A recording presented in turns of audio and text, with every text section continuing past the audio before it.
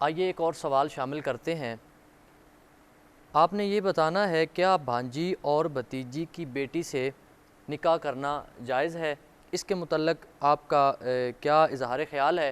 اور ہمارے دیکھنے والے ناظرین کو میں بتاتا چلوں کہ اگر آپ نے کوئی سوال کرنا ہے تو ہماری ویڈیوز کے نیچے آپ سوال کر سکتے ہیں، انشاءاللہ آپ کو جواب فراہم کیا جائے گا۔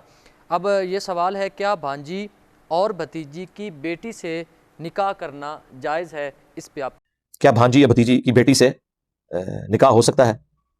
بھانجی یا بھتیجی کی جو آگے سے اولاد ہے وہ تو آپ کے لیے غیر محرم ہے، اس سے شادی ہو سکتی ہے۔ انجینئر دی ایک گل کا جواب نہیں دے سکتے۔ اسلامیہ میں بالکل واضح ہے کہ بھانجی اور بھتیجی اور ان کی آگے جو اولاد ہے ان سے بالکل نکاح جائز نہیں ہے۔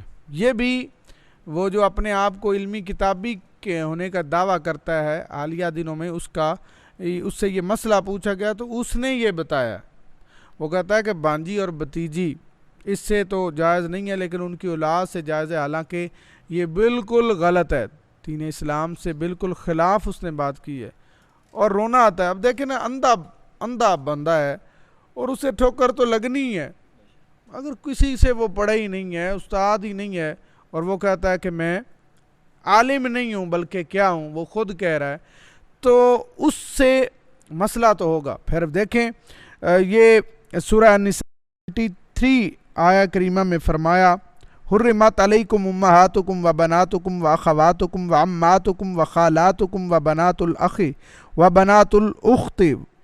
اللہ رب العالمین نے یہ 7 رشتے بیان کیے، اور علماء کو اگر اس نے پڑھا ہوتا، علماء کے خلاف نہ ہوتا، تو علماء نے تو بہار شریعت سے لے کر ہر کتاب میں یہ 7 رشتے ان کو پہلی لسٹ میں رکھا ہے، جس میں مائیں ہیں، جس میں بیٹیاں ہیں، بہنیں ہیں، پھوپھیاں ہیں اور خالائیں ہیں، بھتیجیاں اور بھانجیاں ہیں، اور تمام علماء نے تاکہ فتاوی شامی تک لکھا ہے وَإِن نَزَلْنَا، بھانجی اور بھتیجی ان کی آگے جو اولاد ہوگی اس کے وہ نانا یا دادا لگے گا نا، تو یہ کہتا ہے دادا جو ہے بھانجی یا بھتیجی کی جو آگے سے اولاد ہے وہ تو آپ کے لیے غیر محرم ہے، اس سے شادی ہو سکتی ہے۔